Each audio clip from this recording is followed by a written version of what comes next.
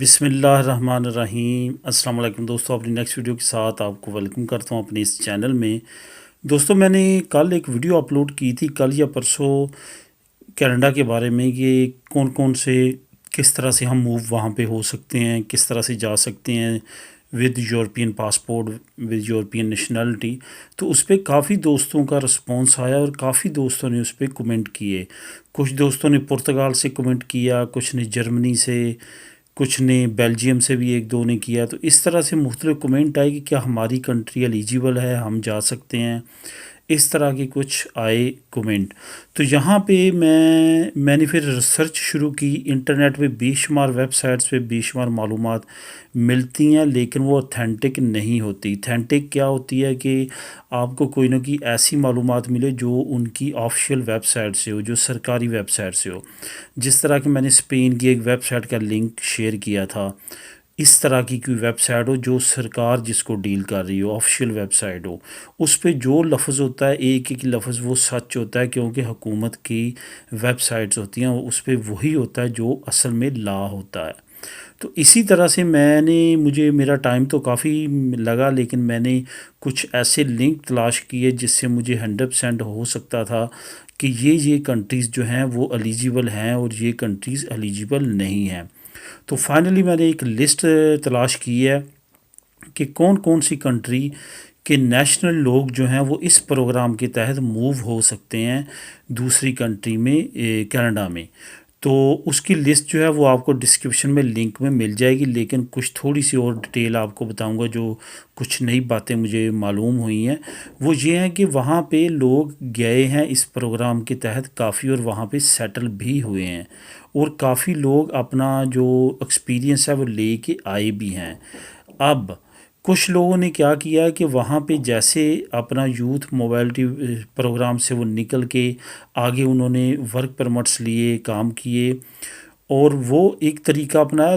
کچھ لوگوں نے وہاں کا ایکسپیرینس لینے کے بعد واپس آئے یورپ، اور یہاں سے انہوں نے کینیڈا کی امیگریشن ویسے ہی اپلائی کی، کیونکہ اگر آپ کے پاس کینیڈین ورک ایکسپیرینس آ جاتا ہے تو آپ امیگریشن کے تحت ڈائریکٹ PR بھی اپلائی کر سکتے ہیں، جس کو عموماً طور پہ آپ نے سنا ہوگا کہ آپ ڈائریکٹ پرماننٹ ریزیڈنسی کینیڈا کی لے کے جاتے ہیں۔ وہ یہ پروگرام ہے، اگر آپ کے پاس منیمم 1 سال کا ورک ایکسپیرینس کینیڈا کی کسی بھی رجسٹرڈ فرم کا آ جاتا ہے تو آپ کے 99% ویسے ہی چانس بن جاتے ہیں آپ ڈائریکٹ پرماننٹ ریزیڈنسی پہ جا سکتے ہیں۔ لیکن اس کے لیے یہی ہے کہ آپ کے پاس 1 سال کا ورک ایکسپیرینس جس فرم کے ساتھ آپ نے کیا ہے، ظاہرہ اس کے ساتھ آپ نے 1 سال کام کیا، وہ نیکسٹ بھی آپ کو ورک پرمٹ دے گی۔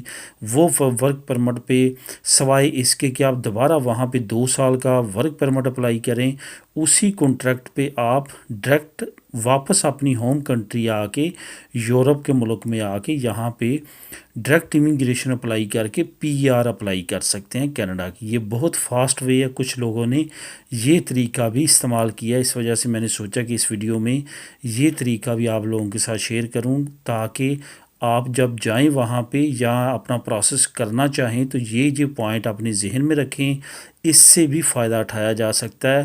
یہی نہیں ہے کہ وہیں پہ آپ اپنا ورک پرمٹ رینیو کرواتے رہیں، اس پہ آپ PR پہنچنے تک 1 2 سال اور ویٹ کریں۔ یہ طریقہ شارٹ کٹ ہے کہ آپ آ کے ڈائریکٹ PR اپلائی کر کے ڈائریکٹ پرماننٹ ریزیڈنسی کینیڈا کی لے سکتے ہیں۔ اس کے بعد اگر آپ کا دل کرے تو پھر آگے سٹیزن شپ کی طرف جا سکتے ہیں، کینیڈین سٹیزن۔ تو دوستو، اس کا لنک آپ کو ڈسکرپشن میں مل جائے گا۔ لنک کو کلک کر کے آپ نے کیا کرنا ہے، جیسے لنک کو کلک کریں گے نیچے جائیں گے پیج میں، تو وہاں پہ خانہ بنا ہے، وہاں پہ لکھا ہوا ہے کہ اپنی کنٹری سلیکٹ کریں۔ وہاں پہ صرف وہی کنٹریز کے نام ہے جن کے ساتھ کینیڈا کا پروگرام ہے، ایکسچینج پروگرام ہے۔ آپ نے اپنا کنٹری وہاں پہ سلیکٹ کرنا ہے، اور پھر دیکھنا ہے آپ نے وہاں پہ ساری ڈیٹیل، سرکاری ویب سائٹ ہے کینیڈا کی، اس پہ وہ ساری ڈیٹیل وہاں پہ آ جائے گی کہ آپ کو کیا کیا چاہیے، کیا سسٹم ہے ہر ملک کی۔ تو وہ تقریباً تمام ملکوں کی سیم ہے، لیکن آپ نے اپنا ملک سلیکٹ کر کے پڑھ لینا ہے۔ تو دوستو، دعاؤں میں یاد رکھیے گا، ملیں گے اپنی نیکسٹ ویڈیو میں نئی انفارمیشن کے ساتھ۔ اللہ حافظ۔